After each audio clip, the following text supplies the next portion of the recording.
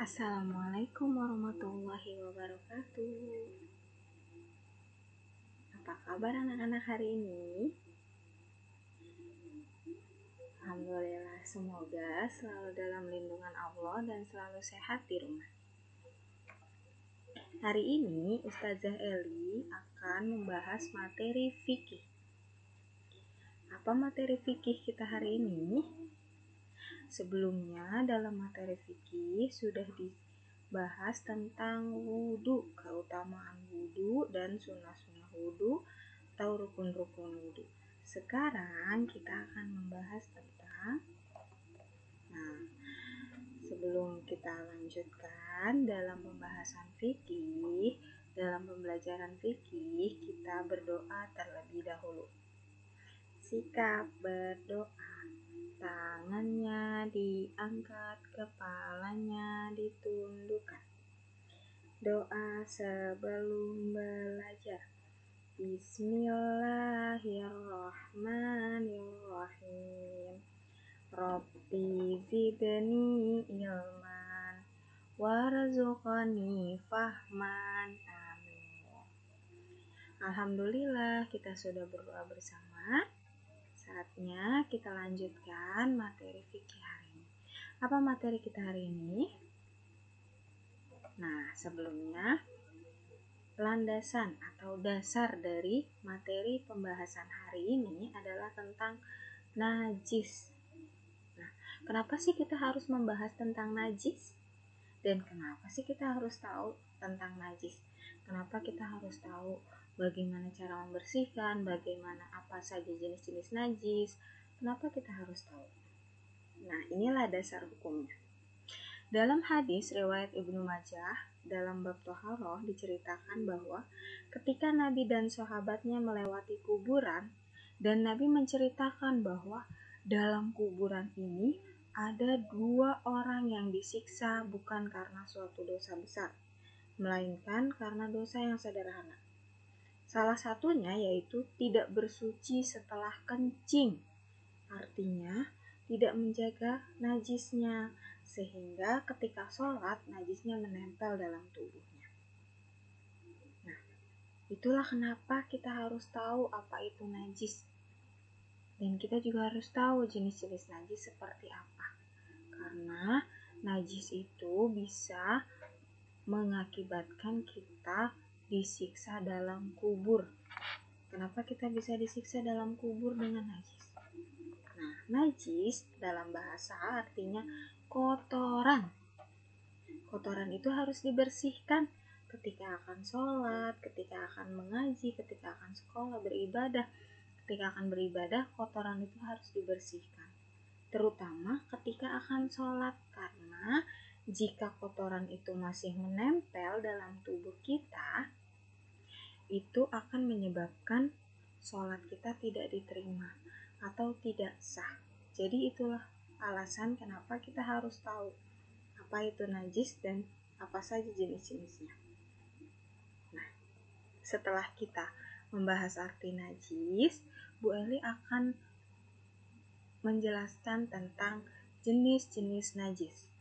Ada 3 jenis najis yang harus kita ketahui. Pertama, najis mukhaffafah. Najis mukhaffafah adalah najis ringan. Contohnya, air kencing pada bayi laki-laki yang belum berusia 2 tahun dan hanya mengonsumsi ASI saja. Jadi, bayi laki-laki yang belum berusia 2 tahun atau belum makan pembantu ASI atau belum makan yang lain selain ASI, itu disebut najis yang ringan. Jadi dengan hanya membersihkan dengan memercikkan air saja atau membasuhnya dengan sedikit air bisa hilang najisnya. Kemudian yang kedua, najis mutawassithah. Najis mutawassithah adalah najis yang sedang. Contohnya, kotoran manusia, air kencing manusia, kecuali bayi laki-laki yang belum 2 tahun. Kemudian muntah. Muntah adalah najis yang sedang. Darah yang mengalir dari hewan yang disembelih atau darah haid, darah wanita yang haid. Kemudian kotoran binatang yang haram untuk dimakan. Lalu yang terakhir, bangkai semua hewan yang mati tanpa disembelih, kecuali bangkai ikan dan belalang. Karena ikan dan belalang meskipun mati, itu masih halal dimakan. Nah, bangkai semua hewan yang mati tanpa disembelih itu najis yang sedang. Kemudian yang terakhir, najis mughallazah. Najis mughallazah artinya adalah najis berat. Najis berat ada 2, air liur anjing atau air liur babi. Nah, jika air liur ini mengenai tubuh kita atau mengenai pakaian kita, maka harus dibasuh dengan 7 kali air yang dicampuri dengan tanah. Caranya berbeda-beda setiap najis dalam membersihkannya. Nah, di pekan ini Bu Eli hanya menyampaikan apa saja jenis-jenis najis dan beberapa contohnya. Di pekan depan akan disampaikan bagaimana cara membersihkannya. Nah, itulah kenapa kita harus tahu apa saja jenis-jenis najis, supaya kita bisa menjaga diri kita agar bisa menjaga najis, agar terhindar dari kotoran, terutama ketika akan sholat. Karena jika tubuh kita najis atau kotor, maka sholatnya tidak sah atau tidak diterima oleh Allah. Dan sholat adalah amalan yang pertama dihitung oleh Allah. Jadi sebelum Allah menghitung amalan yang lain, Allah pertama menghitung sholat kita. Yang pertama ditanya, bagaimana sholatnya? Yang pertama dihitung, bagaimana sholatnya? Sholat wajibnya. Nah, jika kita sholat dalam keadaan najis dan tidak diterima oleh Allah, bagaimana? Pastinya akan disiksa dalam kubur.